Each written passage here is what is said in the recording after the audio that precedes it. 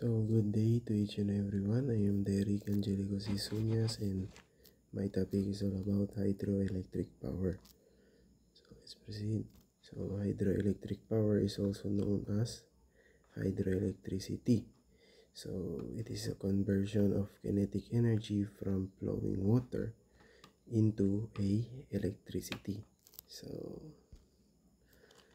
hydroelectric power also has two main parts. So these two main parts helps the hydroelectric power to generate electricity. So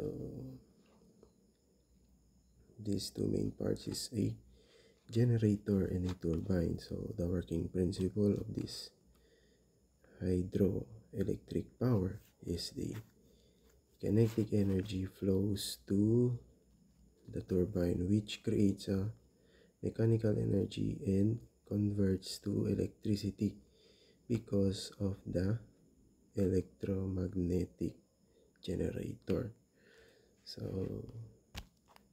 the hydroelectric power has two main types of hydroelectricity production: the dam and the runoff river.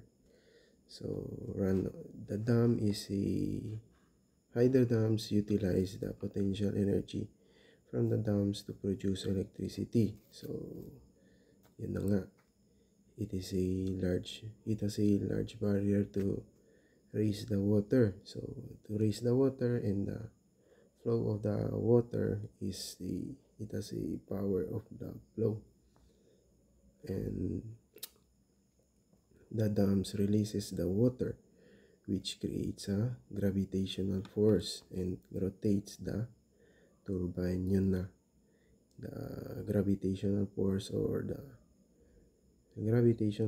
the water rotates the turbine. That's the time the working principle will be created and creates electricity. So the next is the runoff river. So runoff river still uses the flow of water and the turbine, but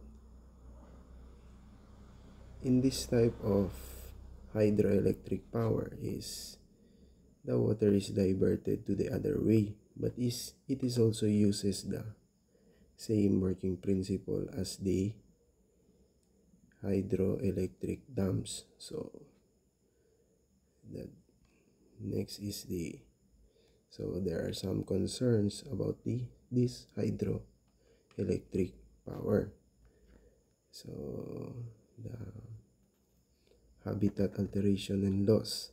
So dams flood vast areas, destroying terrestrial habitats, while the changing river flows, temperatures, and sediment levels harm aquatic life and downstream ecosystem. So it can harm the habitat of the animals or the fishes in the water or the river. So fish migration. Dams block the fish from reaching spawning grounds, drastically reducing population. So fish migration, so na bumababa yung mga population of the fishes in the rivers. So community displacement. Large project often require relocating hundreds of thousands of people, causing social disruption and loss of land. So marami yung mga tao na nag-evacuate or nagta-transfer ng place or resident dahil dito sa hydroelectric power. And it has a high cost and sitting. Building dams is extremely expensive, and suitable location are limited, leading to conflicts over land use. So dito na yung community displacement. So next is the benefits. It has also a benefits because it is a clean and renewable. Hydro power relies on natural water cycle, making it a renewable and sustainable energy source that does not consume fuel. So it is a clean and renewable because it uses a natural source of energy. So low emission, the electricity generates process produces very little to no greenhouse gas emission, which helps reduce the population to mitigate climate change. So it has a low emission nga kasi it uses a natural source of energy. So AIDS ecosystem projects can be designed to help control river flow, providing benefits like preventing floods and helping aquatic habitats during the dry months. So it helps the flood control, or it stands as a flood control. Flood control dams can help manage the water flow, which helps preventing flooding. So dito na yung flood control.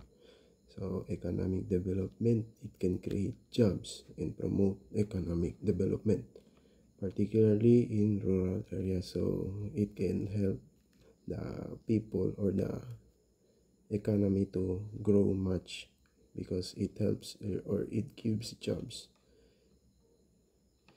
And that is hydroelectric power. That's all. Thank you.